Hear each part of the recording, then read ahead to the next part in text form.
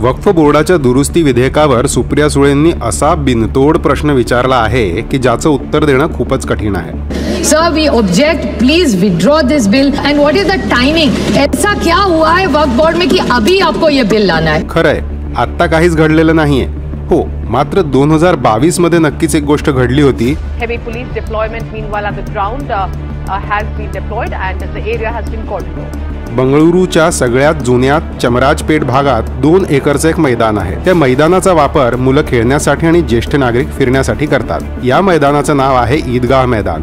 हे मैदान आपल्याच मालकीचं आहे असं बंगळुरू महानगरपालिकेला वाटत होतं। त्यामुळे या ठिकाणी सभा, सामाजिक कार्यक्रम, मेळावे, लग्न या गोष्टींसाठी परवानगी बीबीएमपीच देत असत। 2022 मध्ये या ठिकाणी गणपतीचा मंडप उभारण्यास मुस्लिम समाजाने आक्षेप घेतला तेव्हा बंगळुरू महानगरपालिकेला कळलं की ही जागा 1964 मध्येच वक्फ बोर्डाने आपली म्हणून जाहीर केली आहे आणि एकाच रात्रीत 2 एकर जागा बीबीएमपीच्या हातून निसटली। त्यात काय झालं?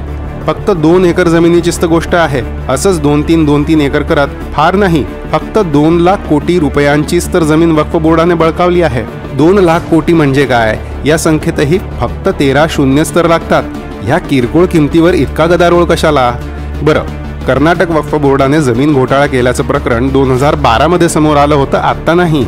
या घोटाळ्याची माहिती वक्फ बोर्डाचे माजी अध्यक्ष अनवर मनिप्पडी यांनी त्यांच्या कार्यकाळातच समोर आणली होती। या घोटाळ्यात 22,000 एकर अशी किरकोळ जमीन भूमाफियांना चुकीच्या पद्धतीने विकण्यात आली होती। त्यात इतका कशाला अकांड तांडव? आणि ह्या घोटाळ्यातही फार नाही, फक्त 90% लोकच काँग्रेसशी संबंधित होते। त्यात काय मोठं? Sir we object, please withdraw this bill, it's our moral duty. सुप्रियाताई, तुम्ही लढत राहा, कारण भारताचा कोपरान कोपरा वक्फ बोर्डाचा होत नाही तोपर्यंत आपल्या देशाला या दुरुस्ती विधेयकाची काही एक गरज नाहीये।